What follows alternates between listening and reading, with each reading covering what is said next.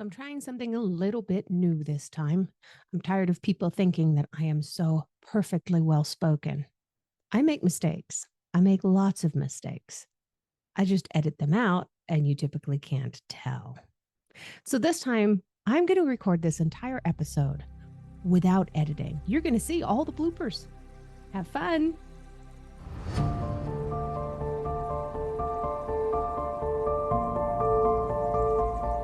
So, today I'm going to be talking about how trauma can lead to unconscious emotional transference. Do you know what emotional transference is? Well, I'm going to be getting into that. So, diving into, there I'm already screwing up. Diving into the world of trauma and its impacts on our emotional responses has been really interesting over the last year and a half now.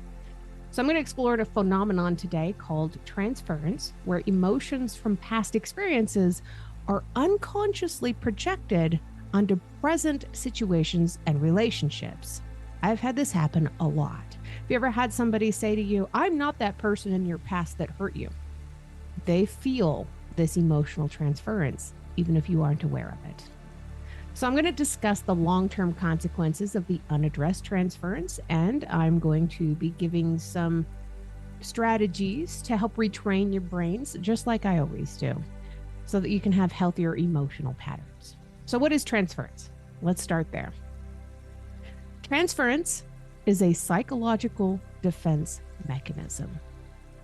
Those are usually necessary at the time that they are formed. So we unconsciously project unresolved emotions and past experiences onto our present relationships. This can be positive or negative. It can be romantic relationships. It can be friendships. It can be parental relationships or even coworkers. Transference is common in the human experience, and especially for those who have experienced trauma. It's a way for our brains to make sense of the present by relying on patterns from the past. So, as an example, a childhood experience of an unreliable caregiver might lead to distrusting authority figures in adulthood. If you can make that connection in your brain, you're one step closer to understanding why you act the way you do in certain situations. Isn't that interesting? So transference is an emotional response. Trauma disrupts healthy emotional development. We can learn to associate safely with certain behaviors or attachment styles, and transference can be a way to recreate those dynamics in the present, even if it's unhealthy. Trauma can leave a deep imprint on our nervous system and emotional landscapes. If safety and security in childhood were contingent on specific behaviors, you have to be good or you're not getting XYZ, well, we might unconsciously recreate those dynamics in present relationships. For myself, if I know I need to clean up something, I'm terrible about doing this, I will make sure that I have a way to reward myself for doing it, because this is the way my brain was trained when I was a child. But this isn't quite an emotional transference. This is a physical transference. There's a little bit of a difference there. The emotional transference, that one's a bit sticky. I probably have some stories there too. We'll get into it a little bit later. So doing all of these things can lead to a cycle of really unhealthy attachments and emotional confusion. There are some serious long-term consequences for not addressing emotional transference. These can include things like difficulty in forming healthy relationships, emotional dysregulation, and reactivity. But let's get into that. What is emotional dysregulation and reactivity?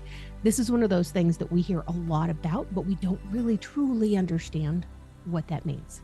So emotional dysregulation is essentially difficulty managing your emotions.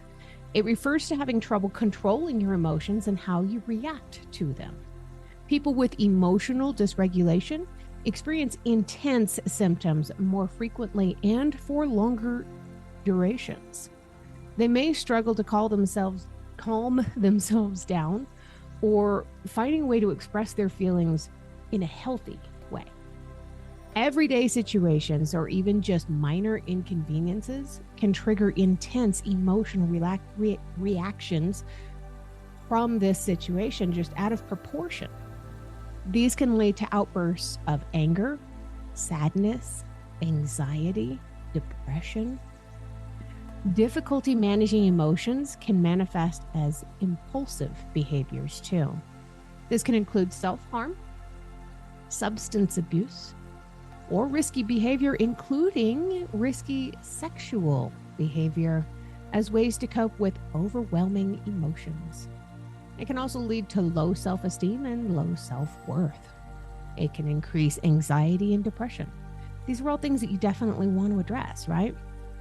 Well, unrecognized and unaddressed emotional transference can have a significant impact on our lives. It can sabotage our ability to form any kind of healthy, secure relationships.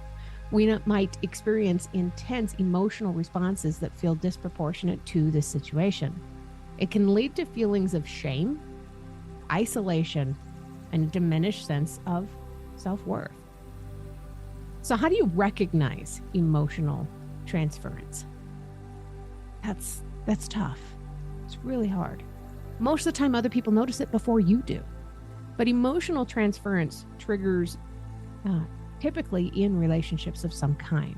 You have to identify reoccurring patterns in your interactions with people. It helps to notice the patterns in your relationships too. If you've been through an abusive relationship and you keep ending up in this cycle of ending up in more abusive relationships, you have to recognize that as being a pattern. That's not a part of emotional transference. That is a part of mental memory being built up. And you keep going back to what it is that you find to be the most familiar. There's an average number of 7 times that somebody will end up in an abusive relationship before they finally get out. It's the same with human trafficking, by the way. As a survivor, I can speak to that. The average number of times somebody is trafficked is an average of 7. But why don't we hear from more trafficking survivors? Because most of them don't know they're being trafficked. They think they were just being in an abusive relationship, and they're shamed into not talking about it. We'll get into that more in other episodes, though. So consider how your past experience might be influencing your present. This is a really great way to recognize any kind of emotional transference that you might have. The first steps to being able to heal is becoming aware of the transference patterns. So you have to pay attention to situations that evoke strong emotional responses. Notice if these reactions feel familiar to past experiences. Consider how your past might be changing or coloring your perception of the present. So the good news is that our brains are remarkably adaptable. So there's some really great strategies to be able to help retrain your brain for healthier emotional responses. First one, focus on your senses. Focus on your senses. When a trauma reaction hits, it can pull you away from the present moment. Grounding techniques can help to bring you back into reality. So in some of the very earliest episodes, I talked about the 5 senses technique. Try to name 5 things that you can see, 4 things you can touch, 3 things you can hear, 2 things you can smell, and 1 thing you can taste. This is always going to be helpful. I have been able to help many people out of anxiety attacks this way. Now, if you don't have the ability to smell, or if there's nothing that you can smell nearby, notice 2 things instead that you can feel on your skin: your clothing, your watch, your hair. Finally, that last thing, if there's nothing that you can taste right then, I do still have a little bit of oatmeal in my teeth, but that's an aside. If there's nothing that you can taste, then take a deep breath and pay very close attention to the air in your lungs. There's also some self-soothing techniques like deep breathing. I do cover that in a couple of previous episodes, where you put 1 hand on your chest, 1 hand on your stomach, and breathe in and breathe out very, very slowly. It's helpful. Don't make yourself dizzy doing it so slowly. But this can counteract the fight or flight response triggered by trauma. Breathing in slowly through your nose for a count of 4, holding for a count of 2, exhale slowly through your mouth for a count of 6. Repeat this for several minutes. Like I said, if you start getting dizzy, stop doing it. There's also progressive muscle relaxation. This was something that, bizarrely, side note, I learned this when I was 15 years old and my mother took me to a hypnotist. She was so convinced that I was lying about absolutely everything in my life and all the abuses that I had been dealing with for so long that she took me to a hypnotist to try to get the hypnotist to get me to stop lying. Except it didn't work. Guess why? Because I wasn't lying.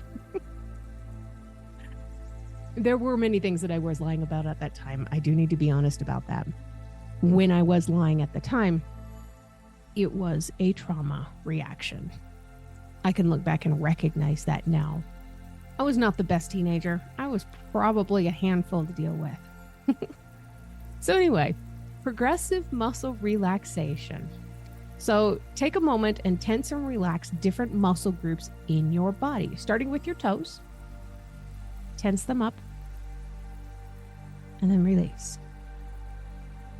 Then work your way up. Now tense up your toes and your feet and release. Now tense up your calf muscles and your feet and your toes and release. Now tense up everything to your knees and release. You see where this is going, right? This can help to release physical tension associated with trauma reactions. One of my favorite tools in the whole world, though, I'm probably going to mention this in pretty much every episode, is journaling. Journaling can be a really powerful tool for trauma recovery in so many ways. It does offer an emotional release because traumatic experiences can leave us feeling really overwhelmed with emotions. Journaling gives us a safe and private, hopefully, space to express your emotions freely without fear of judgment. It can be really cathartic and lead to a sense of emotional release. It can also lead to a book release. Processing memories is also one of the benefits that comes out of journaling. Trauma can fragment our memories, which makes it really difficult to understand what happened. Journaling allows us to revisit these memories in a safe space and piece them together. The process can help us to gain a better understanding of the trauma and its impact on our lives. It also helps with cognitive restructuring. Trauma can lead to negative thoughts and beliefs about our lives and ourselves and our world.